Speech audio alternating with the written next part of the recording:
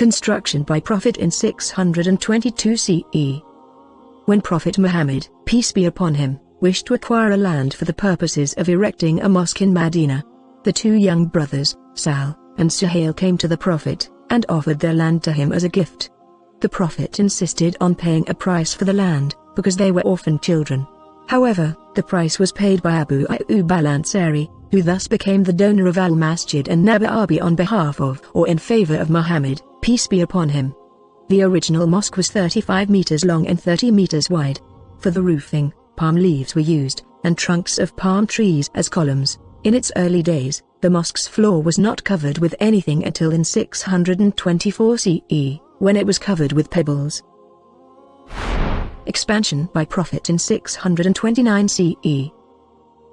First expansion of Prophet Mosque took place right after the Battle of Khaybar. Width was increased by 20 meters, and the length by 15 meters. The new dimensions became 50 by 50 meters. The foundation was laid with stones, and the walls were built of unbaked mud bricks like before. The columns were made of palm tree, and the roof was covered by branches of palm trees. The height of the roof was increased from 2.5 meters to 3.5 meters. Khalifa Osman paid for the land for this addition of the mosque. Expansion by Umar ibn al-Khattab in 639 CE. Caliph Umar ibn al-Khattab was the first person to expand this mosque after the Prophet Muhammad, peace be upon him, in 639 CE, because people requested him to extend the mosque. Since the population of Muslims increased considerably, he extended the mosque by 5 meters to the south, 15 meters to the north, and 10 meters to the west. New dimensions of mosque thus became 70 by 60 meters. The roof was raised to 5.5 meters. Expansion by Osman ibn Affan in 653 CE.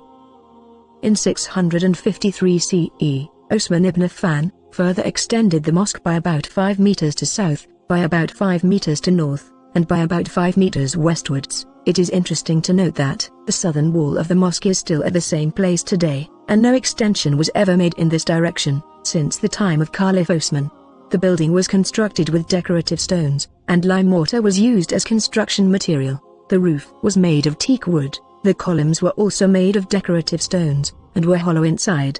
Iron bars and molten lead was put inside the columns to reinforce them.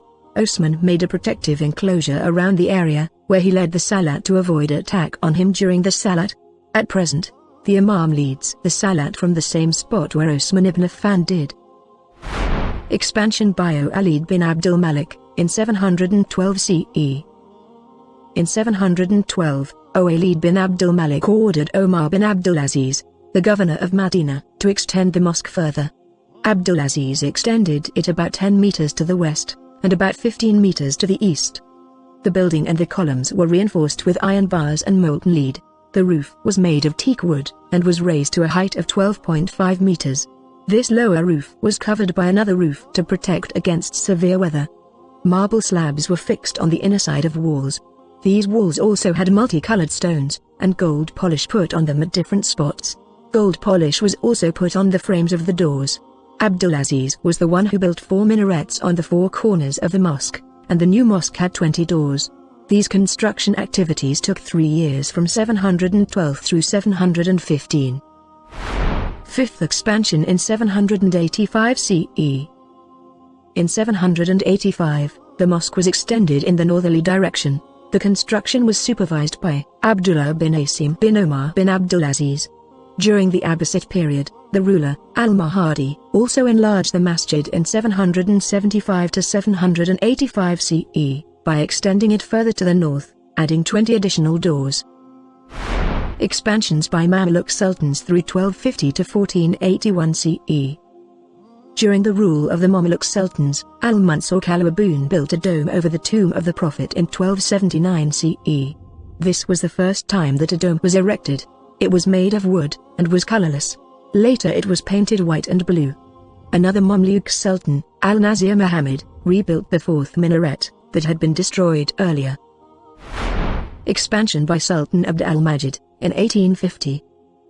Sultan Abd al-Majid remodeled the entire masjid, enlarging it extensively, except the tomb of the Prophet, peace be upon him, the 3 mihrabs, the minbar, and the Sulaymaniyya minaret.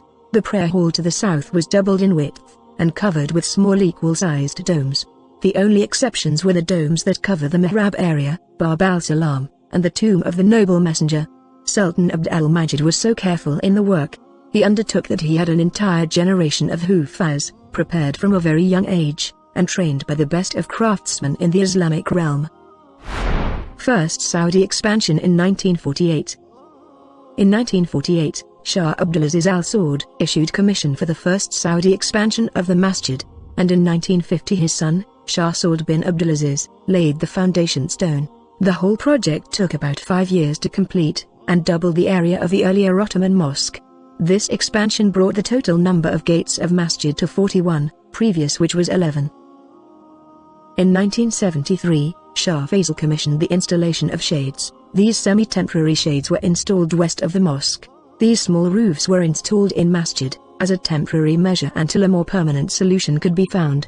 Due to ever-increasing number of pilgrims to the Mosque of the Prophet, a very ambitious expansion project was launched under the auspices of Al-Malik Al-Fahad.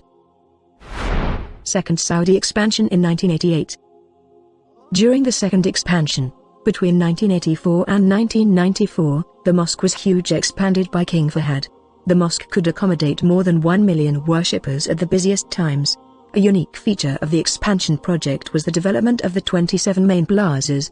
Each plaza is now capped by a state-of-the-art sliding dome, which can be rapidly opened or closed according to the weather. 6 new minarets were added to bring their total number to 10. Third Saudi expansion in 2012 CE. Malik Abdullah expansion will be the largest expansion in the history of the Prophet's Mosque, started in late 2012, when King Abdullah laid the foundation stone to expand the mosque, so it would be able to accommodate 2 million worshippers once the project was completed.